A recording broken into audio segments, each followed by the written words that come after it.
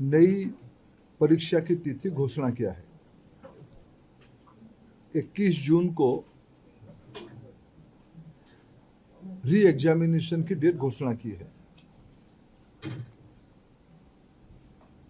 मित्रों, मैं 2-3 विषय आपके सामने, आपके माध्यम से देशवासियों के सामने, स्पेसिफिक स्टूडेंट्स और उनके अभिभावकों के सामने रखना चाहता हूं। हमारी सर्वोपरि प्राथमिकता है छात्रों की भविष्य, उनकी परिश्रम के प्रति संवेदनशीलता सरकार की सदैव है। 3 मई को एग्जामिनेशन हुई।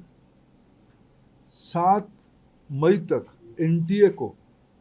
एनटीए की ग्रीवेंस रिड्यूसल सिस्टम पे कहीं से आपत्ति आई।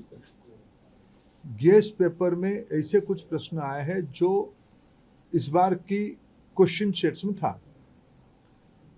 तुरंत ही हम लोगों की वहाँ चर्चा हुई। एनटीए ने और सरकार ने, education department, higher education department ने तुरंत उसको प्रारंभिक थोड़ा इंक्वायरी किया, एजेंसियों को दे दिया, भारत सरकार की एजेंसियों को दे दिया। भारत सरकार एजेंसी संबंधित 2-3 राज्यों के साथ जुड़ा हुआ विषय था। प्रथम दृष्टया में राज्यों की एजेंसियों से संपर्क किया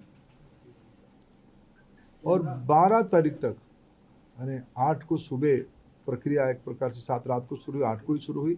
8, 9, 10, 11 3-4 दिन में जब हमको स्पष्टता हुई, हम कंफर्म हुए हैं कि इस बार गेस्ट पेपर की आड़ पे क्वेश्चंस बाहर गया है। हम 12 तारीख को छात्रों के हितों में, हम नहीं चाहते थे कोई गलत कैंडिडेट एजुकेशन माफियाओं के षड्यंत्र से कोई भी सही छात्र की अधिकार वंचित हो जाए। इसीलिए हम बड़ी जिम्मेवारी के साथ, हमने कहा था हम जीरो टॉलरेंस की अप्रोच में चलते हैं। हमने पिछले बार जो विसंगति आई उसमें जो हमने राधाकृष्णन कमेटी गठन हुई थी, पिछले 25 और 26 दोनों साल हमने राधाकृष्णन कमेटी को शब्दशः इम्प्लीमेंट किया। उसके बावजूद भी ये दुर्घटना हुई। इसलिए हमने पहला हमारे निर्णय हुआ कि हम परीक्षा को इस बार रद्द करते हैं।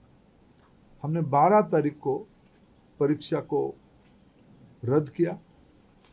स्वाभाविक देश में और विशेष करके स्टूडेंट्स में उसको लेके 2 प्रकार के मत आए। हम दोनों प्रकार के मतों को स्वीकार करते हैं।